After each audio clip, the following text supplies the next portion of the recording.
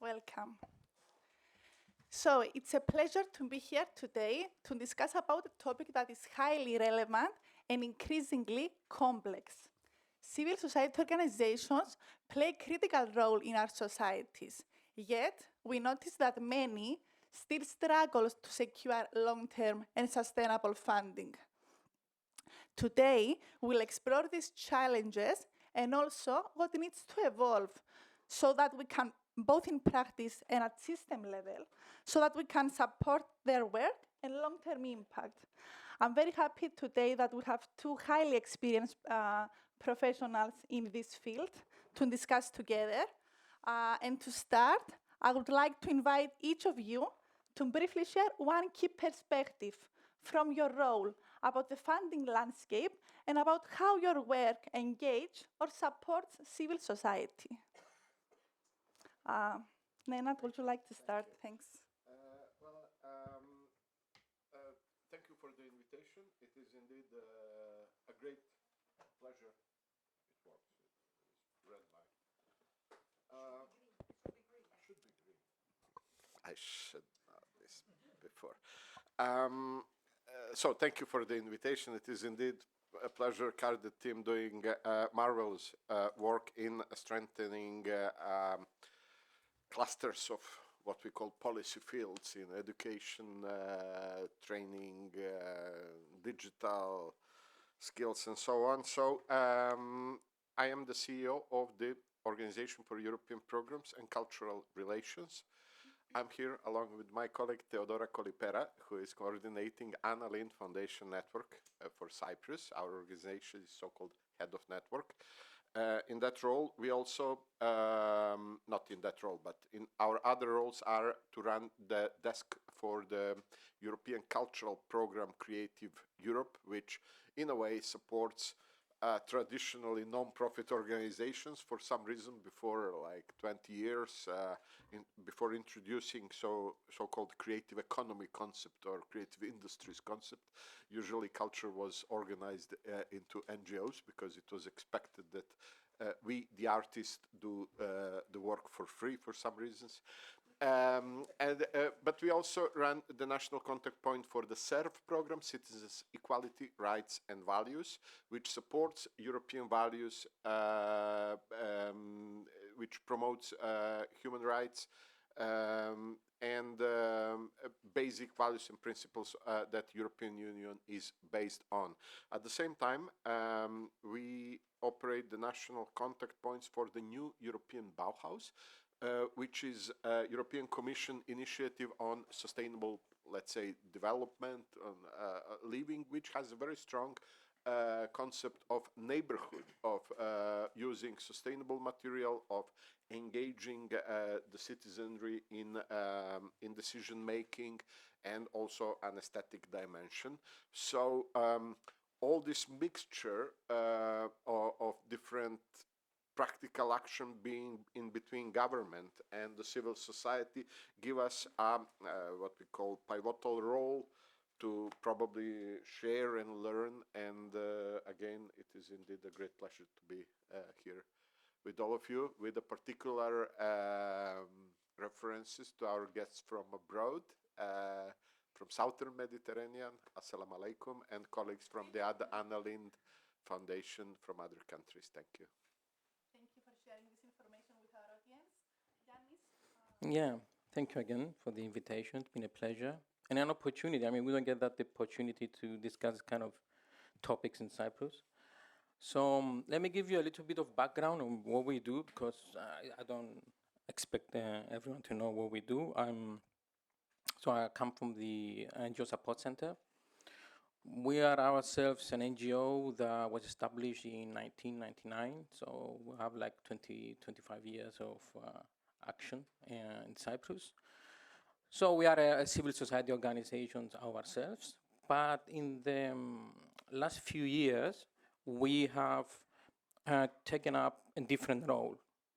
We have more experience as a ring-granting organization or ring-granting authority. So this started in several CERV programs that were running in Cyprus, and one was the BUILD program that concluded in 2025, and the other the PREVENT program, Play-Doh and Voices, which are all sub-programs where we act as granting entities in Cyprus. So we give funding to other NGOs and civil societies in Cyprus. And mind you, in all these, we are not the leading organization. The leaders are the Bogdanovic Foundation in Greece, and we are their partners in Cyprus. And on the different sector that we work, rather funding program is with the EEA Norway grants, where we were the fund operator in Cyprus for the Active Citizens Fund, which ran between 2021 2024 in Cyprus. And now we have we were successfully being selected as the new fund operator in Cyprus for the coming civil society fund. That's gonna, we are working on launching that now with our funders. So both of these roles as the fund operator in Cyprus, well, together with Grand Expert Consulting, which are our partners. So in a sense, you could argue that we are an organization that sits on both sides of the fence. So we are ourselves a civil society organization. At the same time, we act as a granting entity. That gives us a vantage point in the sense that we of course understand what are the needs, what are the stress involved at being as a civil society organization and putting your hopes and your dreams in receiving funding from an organization. On the other hand, as being a funding operator, we have to have in mind what are the funding limitations and the different funding agendas. The difference between one of the gaps is the difference between the needs of the civil society organizations on the ground and the priorities of the different funding programs, okay? And the other gap that we identify is there is this difference in capacity within the civil society in Cyprus. So you have organizations that are very good in attracting funding. There are not that many. And then you have all the rest who are they're not that so much successful. They have their own problems. So both these gaps is something that we have taken into account, and we try to address through our program and through our initiatives. And that's why we focus on capacity building at the organizational level and also advocacy in order to bridge the gap with the thematics. And yes, thank you.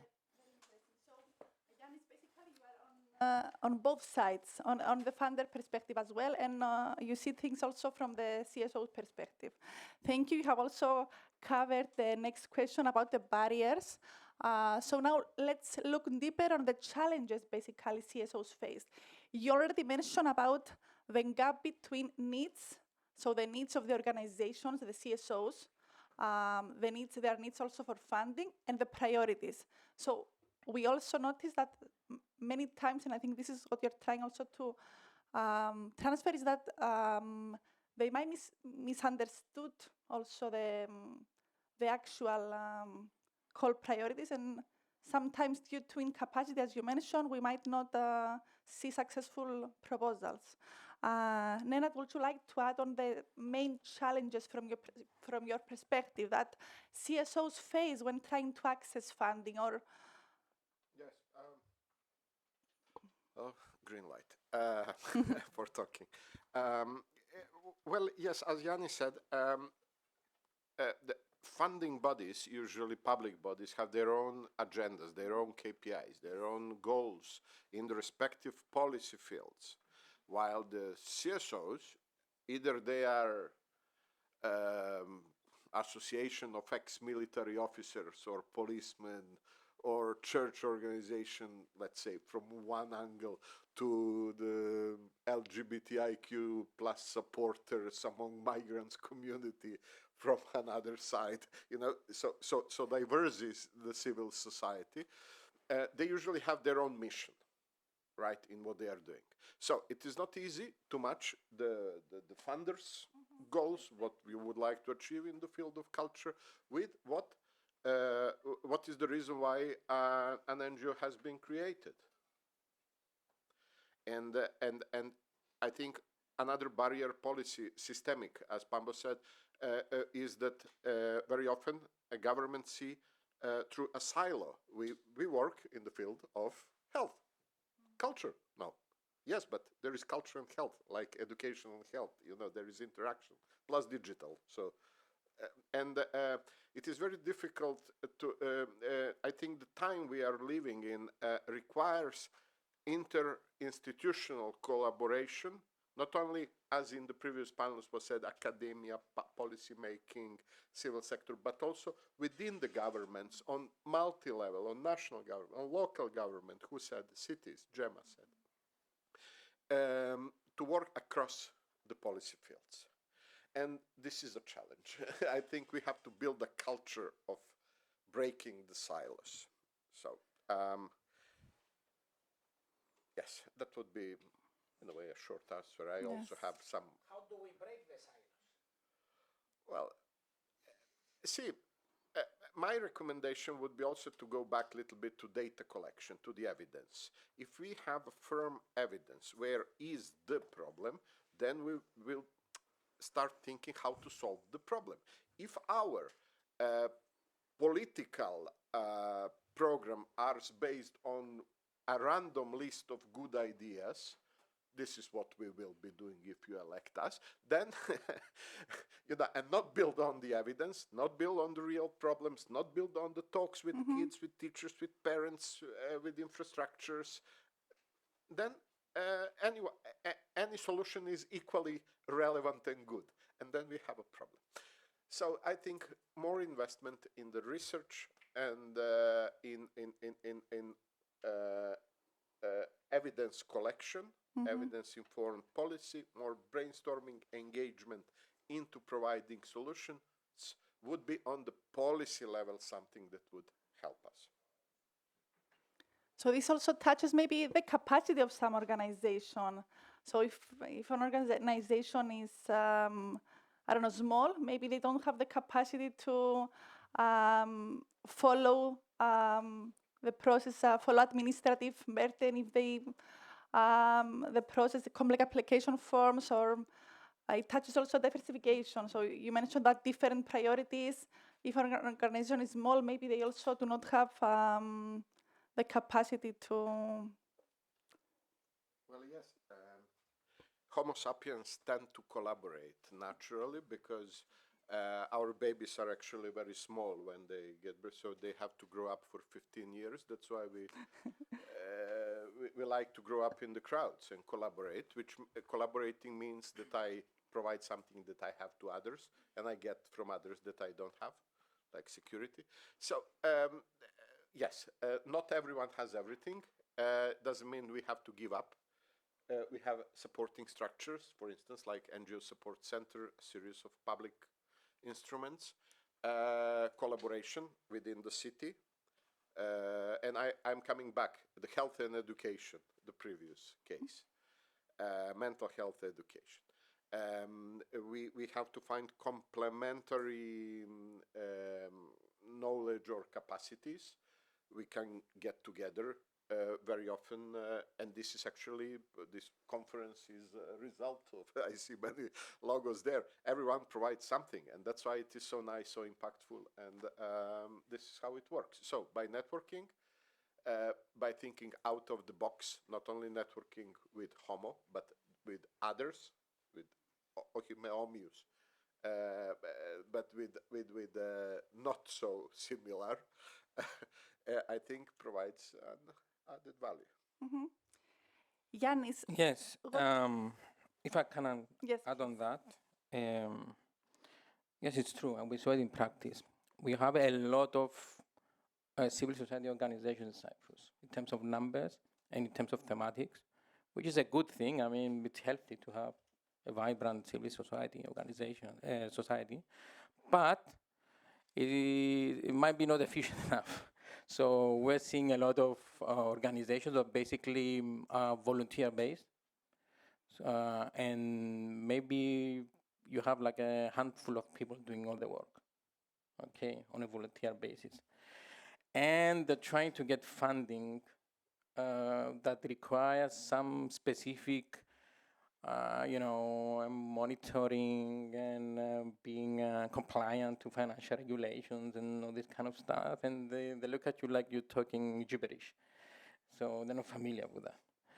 So what we did two things. Is firstly, we communicated to the to our funders that we have to streamline our processes to make it easier. So we have adopted like a simplified application processes and the lump sum idea, and also training. We did a lot of training for the applicants, also potential applicants, and those who actually got the funding, in order how to manage properly the funding. That's one thing. Now, in terms of another structural barrier, we recognize it's in Cyprus especially, you have a lot of concentration of the civil society in the urban centers. And basically just Nicosia, I would say. I mean, Nicosia, and then more in Limassol or so, and it depends on the thematic. And we see that we don't have enough capacity or organizations from geographically remote areas. That's one thing. And an additional element that is complicating the situation in Cyprus is the Cyprus problem. So we have a lot of organizations registered in the occupied areas by Turkish Cypriots, and they want to get funding, and the funding parameters and the logic and the legalities are against this. I mean, they're not compatible with their registration status. I mean, that's another thing. And also, if there are programs that, like for example, in our program, that they are eligible to participate, but not as an organization, that's like informal groups. Yes. You have the other issue is how are you going to give them the actual funding? Because the banking systems in Cyprus, they are not communicating between the two sides. So that's another issue. So, and I will add on that, we have an also, maybe it's not structural, but it's connected. It's an issue of mentality, in the sense that a lot of organizations, as we said, the small organizations, volunteer-based organizations, they are focused on what they do. Like they might be monothematic organizations, and they do just a specific thing.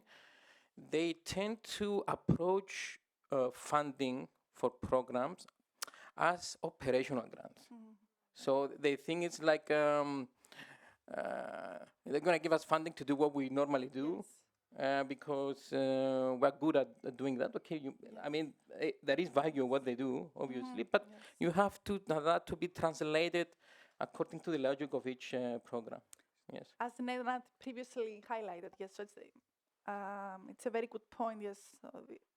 This lack of understanding, basically, they call documents and they call requirements. So, yes, thank you very much. So, all this highlights for sure the complexity of the landscape.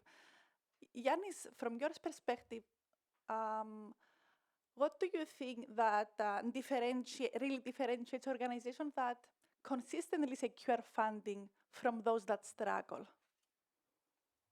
So, what is that makes them difference? Yeah, I can give you some insights here, but I believe you, as one of these organizations, might have better insights. So, So my understanding is this. First of all, you have to invest in people. So the organizations in Cyprus are really good at attracting funding. They have a professional structure. They are not volunteer-based. So you have people who get familiar, they get specialized in what they do.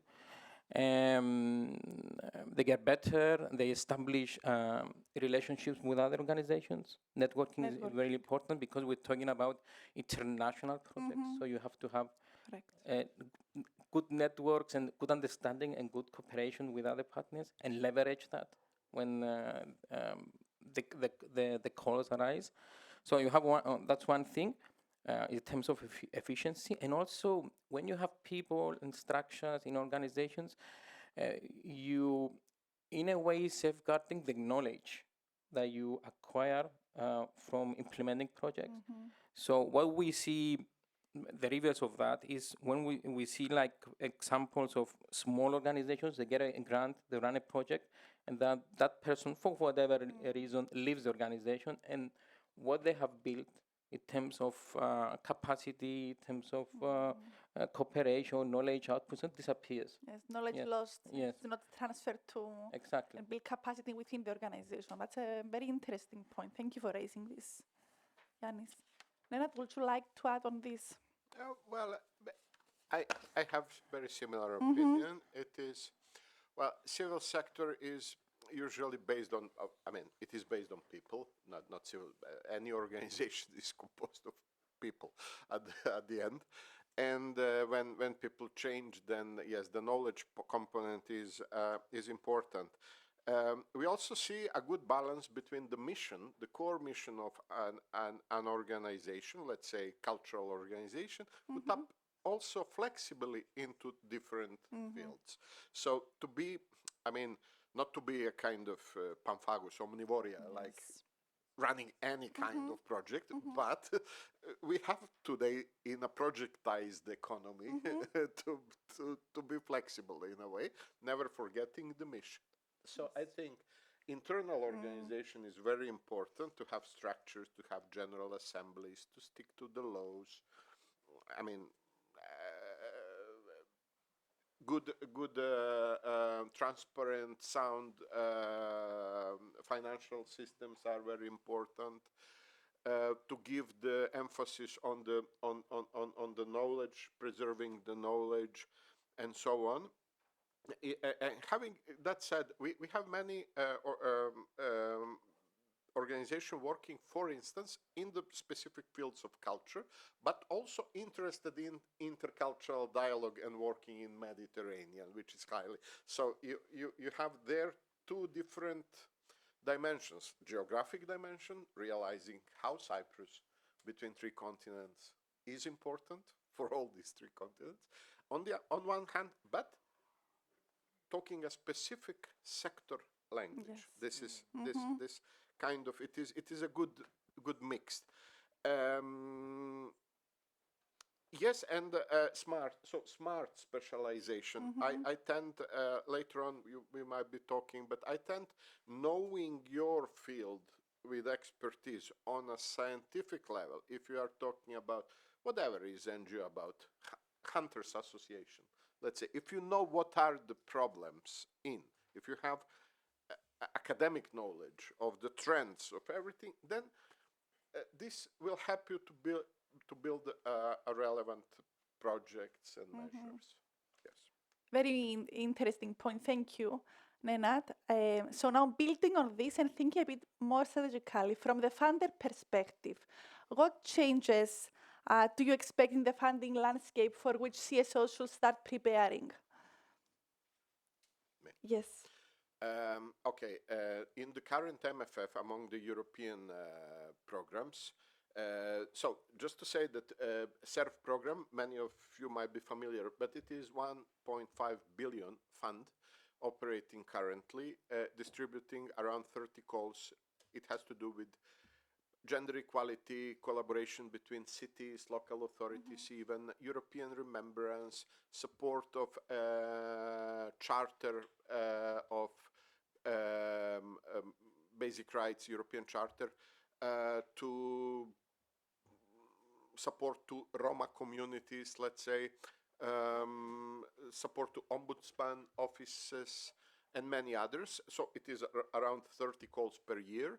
And we have a Creative Europe program, which has to do with audiovisuals, film, television, VODs, video games,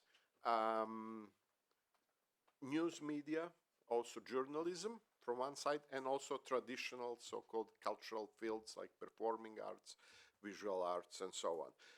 What we see lately, and people who are into European programs see that some application forms have been streamlined, which open the door for over subscriptions, which means that there are too many organizations applying and very small margin of them get funded. So we have to be better prepared for this. We hope that in the next period, the Agora EU program that should be merging Creative Europe and CERV into one program with civil society as one of the main potential beneficiaries, will have over doubled budget of 8.6 billion. This is Commission proposal under discussion. So we see more applications.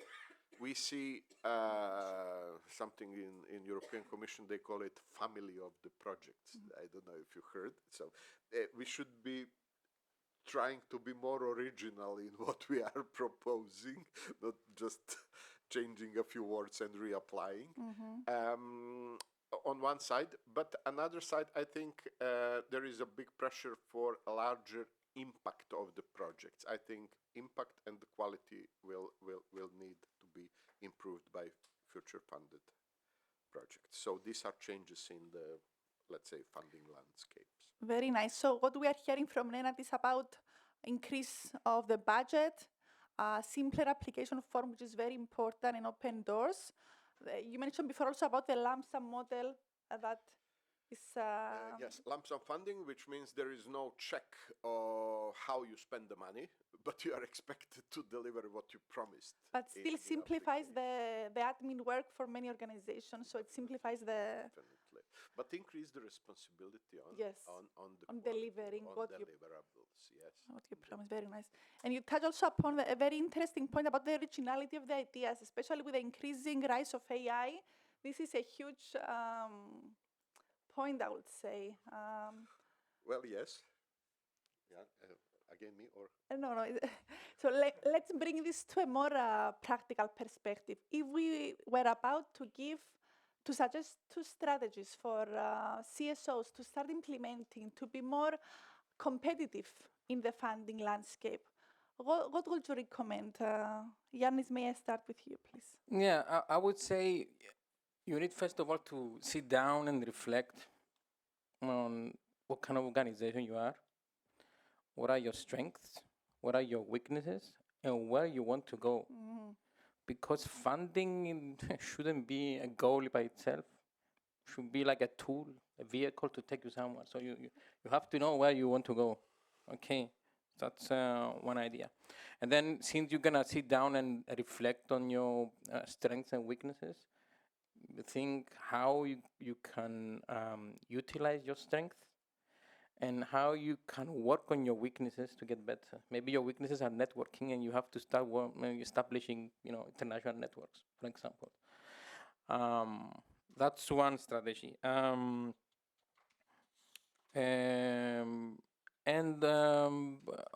Also, we have to think out of the box, and in a way, I mean, EU funding is a blessing and a curse at the same time, in the sense that if you are good and you get the EU funding, you sit back and you expect you're gonna be successful every round and get the funding, and you don't think about diversification of income, diversification of funding rather, and how to get alternative sources of funding.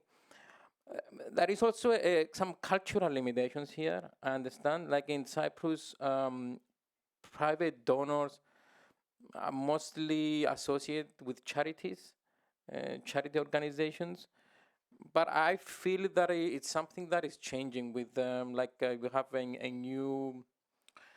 a new generation of companies and private entities in Cyprus being established, and I can sense there is a shift in how they think about this, and also, but it is challenging in the sense that I understand that if you are a civil society organization and you have certain values and sensitivities, and it can be difficult to navigate that with going,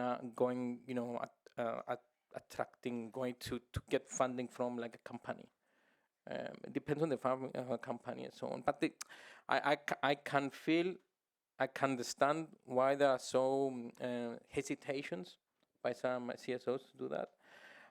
But I mean, it's something that they have to reflect on and see what are their own flexibilities, what their own limitations they have, self-imposed or not, in room to adapt accordingly. Exactly, and you said something very, very nice. I keep it.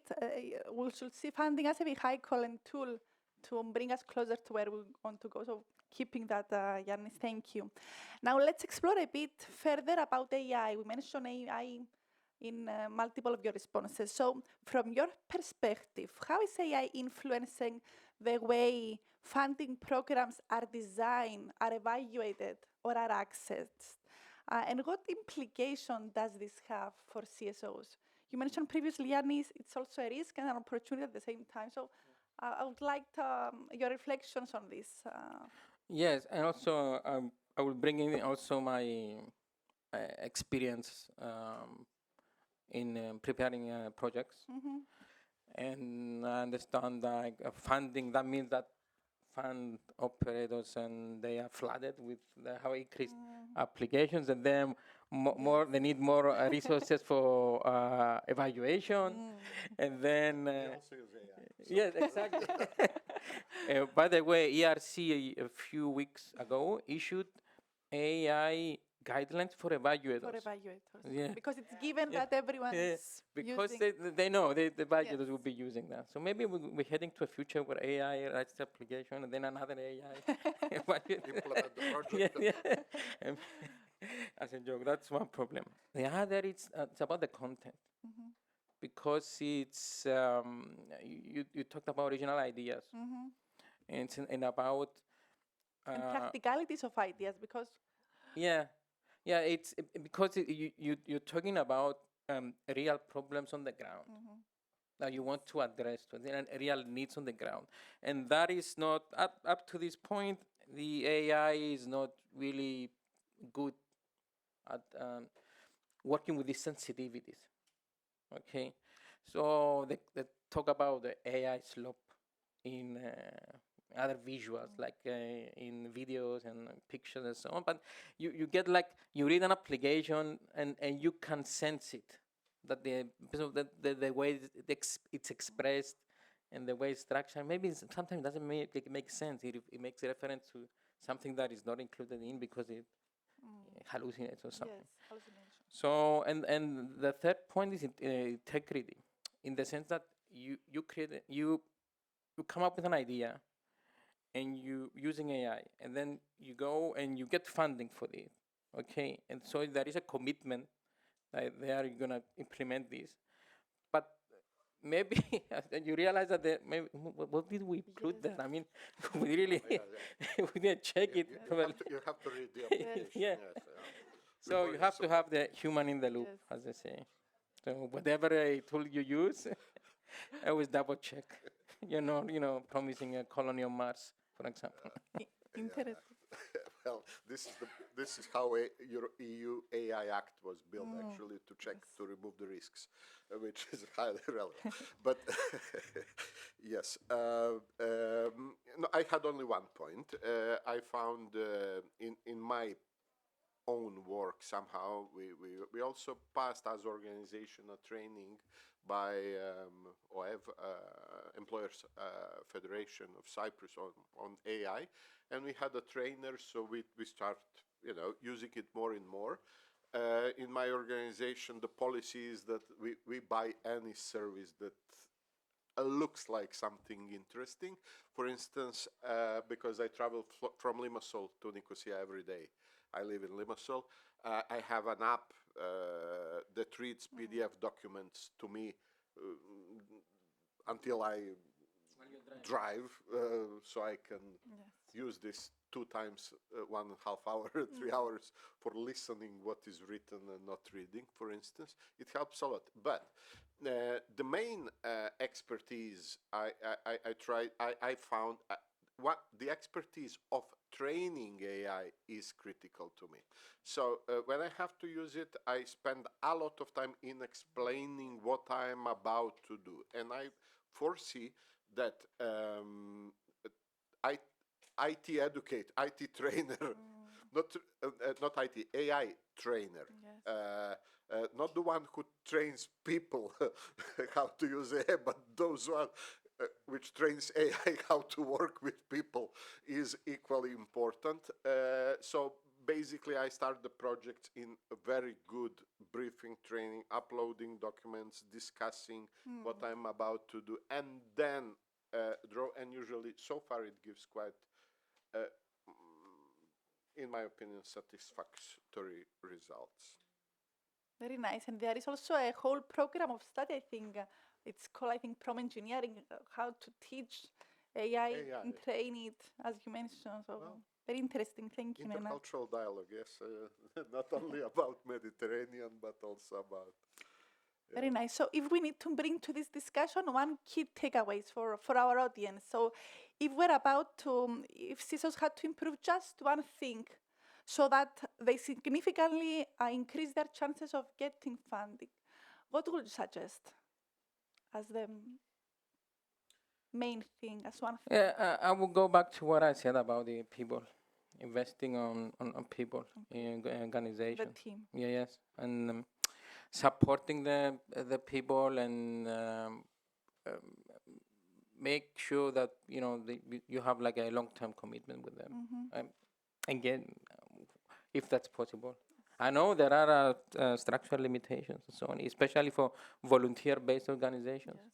So that's why it's important to, as I said, to know where you want to go. Very critical points. Yes. Thank you very much, Yiannis. Nenad, what's your perspective? Well, there is no... I will say what is my... a bit later, but I would repeat Yiannis' point on strategic development, which means we have to develop our NGOs from inside. Good planning, good incubation. I think in Europe we are lacking in many fields proper preparation of what we are about to do. We tend to just jump into wholeheartedly into the projects and ideas and emotions. So better preparation from inside, but also outside working, networking, knowledge, reading about policy and funding, logic, and so on. So understanding the internal dynamics, understanding how we should work internally as CSO, while positioning on the external world is, I think, the key message. Probably it is just before we finish, probably because we are ending, to say that for Cypriot organizations who are not yet members of the Lindh National Network, it is a really good opportunity for an how to say, exostraphia, for networking connection. Yes, extrovert, yes, extrovert work with neighboring countries, and I would really like to invite everyone to consider joining, to read about the foundation and see what could be done. There is a number of resources on the website that could be read, networking opportunities, capacity building opportunities, and small mobility schemes that would because Cypriot organization have this kind of unique selling opportunity, unique selling point, that we are here where we are, yes, in the middle of between, and this should be further kind of leveraged. Very nice. Thank you for sharing this information with our audience. Now we can take some questions. I see a lot of hands raised. Yes. So we can take a couple of questions and then proceed. Who would like to start? Yes, thank you very Your much. name, please. Yes, I'm another Anglican for the Union for Mediterranean. I have a comment which is a little bit provocative, and then I have a question. In your presentation, I think it was the main purpose of the panel, you focus a lot on the capacity or limited capacity or needed skills of the civil society organization in Europe to get funds. But somehow I didn't listen any critical thinking about how the funds are designed. From European side, from international donors, from private sectors, from philanthropy center. I mean, we have so many examples that the fact that when you plan the funds, the calls, the, let's say, yes, the funding in general, you don't do, as if you are a donor, the proper job. Because if you have limited capacity from the civil society, you have the same problem from the other side. Just to give an example, Netherlands. So I'm not talking about Zimbabwe, I'm talking about Netherlands. Who has launched one of the biggest call for application for women-led organizations in the MENA countries. And the minimum funds to apply was 2,500,000 euros. How on the earth you can think that someone can co-finance up to 20% of the budget for women-led organization in Upper Egypt? I mean, I think we can discuss with our colleagues. So the idea is you have so much money that you don't know how to spend, and you put on this. It's out of the reality of the context that you are going to target. And I'm just giving just an example. Even worse, another NGO, which is an Italian NGO that I think the Italian colleagues in the house knows, which is COSPE, which is a big one, who has this capacity of getting money and getting money and getting money. Very good in project proposal. They got the money from the European Commission, again, because this is my sector on women economic empowerment. They launch a call for civil society, non-profit organization, working on giving funds to civil society organization of 50,000 euros. Again, you have to co-finance 10, 20%. There are not. In Algeria, there is not. Why you are launching something that you already know that nobody is going to apply? So it's not a lack of capacities, it's the size of the grants that you have in mind. And now, this is very specific for the MENA region. There is another challenge for the MENA region in general, not only on gender, which is about, in Europe, you have the big program. You have the multi-annual framework. You have the structural funds. You have the cooperation program like Interreg, NextMed, and so on. In the MENA countries, you have the donors or you have the government. That's all. And when the donor, like USA, is shutting down the flow, you have to look around. And looking around, meaning looking to the private sector, but looking also to the Gulf countries. And then you have some ethical issues. I'm going to take money on gender equality project from Gulf countries or on disability. So all these things is just to enlarge a little bit the perspective and to say, when you work with the civil society organization in Europe, it may be a different perspective when you have to think working with the civil society organization coming from the, let's say, southern part of Mediterranean. Mm-hmm. Sorry, I was a little bit long, but I think because everything that you told is absolutely relevant, but to give another perspective. Thank you. Thank you very much for your point. We'll take two more questions and then we'll answer them together.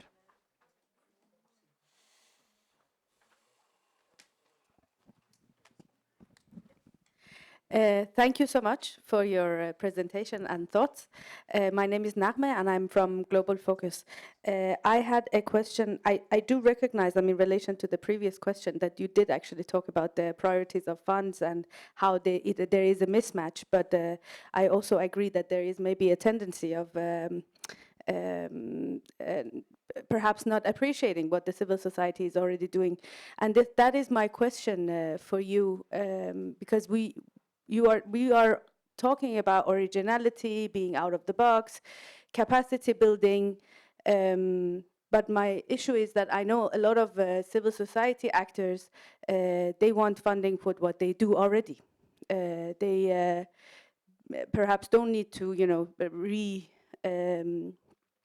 rethink or, find the original ideas. And how do you see the EU funding or Norway funding supporting that without spending so much effort in rephrasing and re-establishing an idea that perhaps works already? Thank you.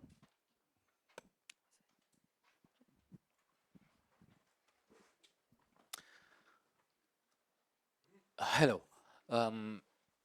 I was just trying to build on what she said. It's apart from, of course, the main donor funding and the European funding, there should be the need for a community-oriented funded. In Romania, where I come from, there is a national network of community foundations. These community foundations, they collect money from the government, but also from private donors, from private companies, and they assess the needs of the community. And then they organize call for small-scale projects, or they distribute directly this funding to the community according to the needs. This responds to the question of how to finance the non-formally established groups. So my question is if there is such a practice in Cyprus and also in Europe, how you see the connection between the already established large-scale donors, such as the ones that you represent here, but at the same time with the communities and with the private funding. Thank you. Thank you. Where is the last question, I think?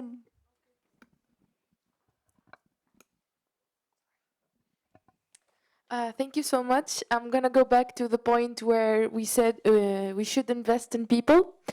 And when we're talking about strategies into securing more funding, when we talk about strategies, we talk about senior leadership.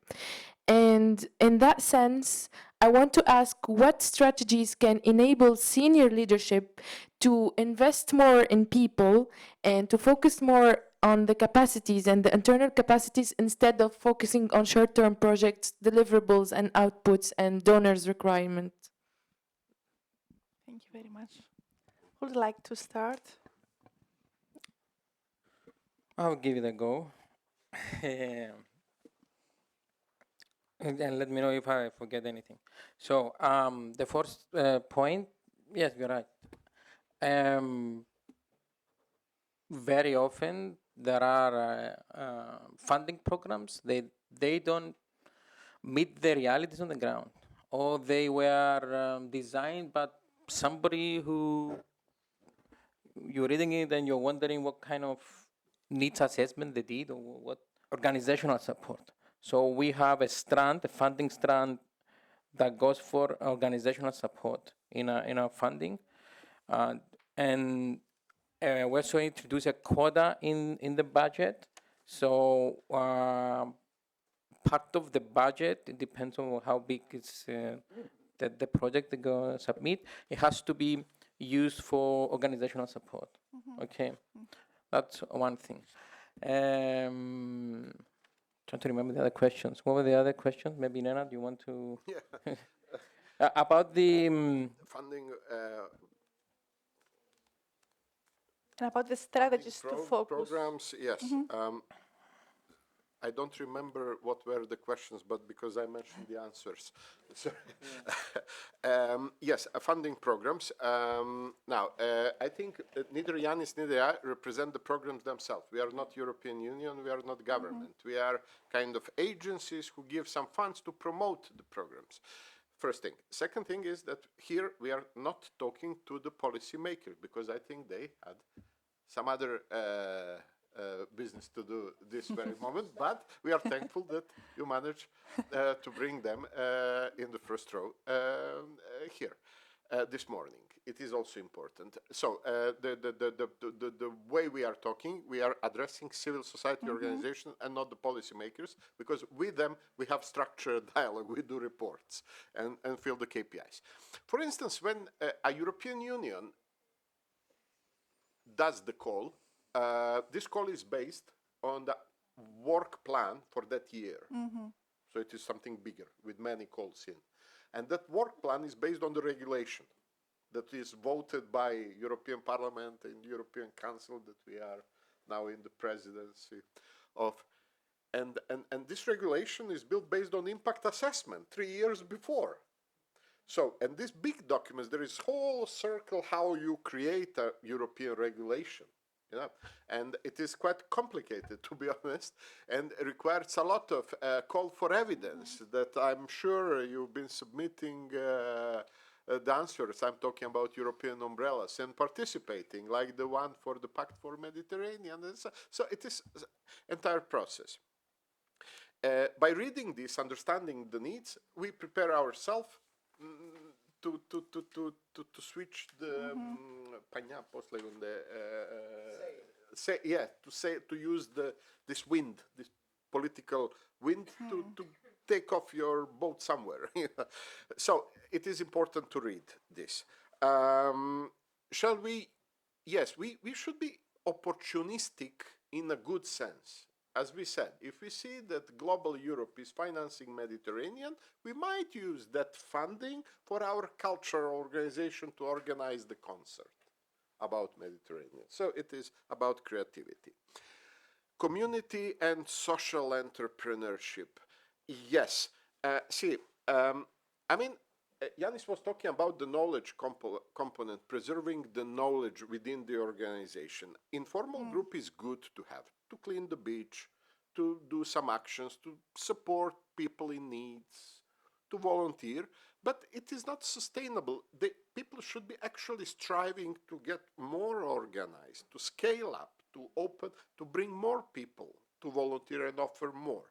I mean, in many cultural organizations, we have so-called informal groups of artists. It is when you bring several musicians or actors or, I don't know, visual artists to present something, and then, okay, we make photos and that's it. But in order to sustain our delivery to the community, we should be striving into formalizing the relationship into organizations. And that's why we are not talking only about civil society as a concept, but civil society organizations that, you know, could remain small.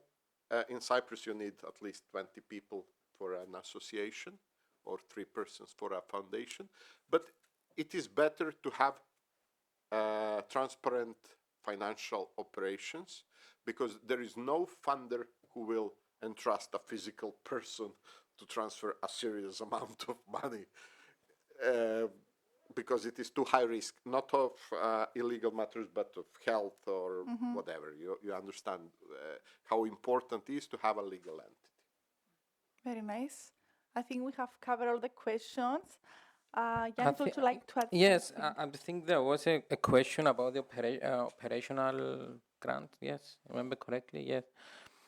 Yes, part of the answer for my case is that we have incorporated something in a funding strand for operational in our program that's going to be launched sometime next year.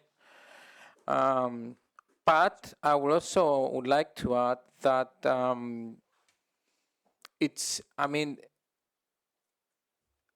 that I want to stress that the amount of funding you receive does not mean that it does not mean something about the quality of the course. I will rephrase it. So if somebody is successful in getting funding, it doesn't mean that their course is more worthy than other course that does not receive funding. They're just better at playing the funding game. Thank you. Very nice, thank you, Yiannis. So what today's discussion clearly highlighted is that funding for civil society is not only about access, but also about how funding systems are structured. Being also cautious of time, I would like to warmly thank our panelists and all of you.